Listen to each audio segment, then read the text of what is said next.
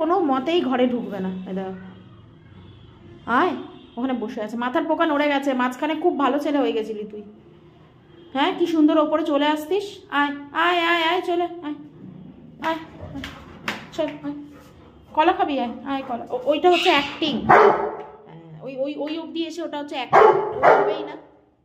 ওই দাও, আয়, নিচেও যেতে পারছে না বাবা বকবে বলে। আয়, চলে চলে চলে চলে, মাঝখানটা এসে কি হলো, হাউ হাউ কেন? আয় আয় আয় আয়, চলে চলে চলে চলে চলে, আবার পেছন আসবে না। চ এই চ চ, এই চ, ব্যাস চলো চলো, দেখ দেখছো, ঘরেও ঢুকবে না।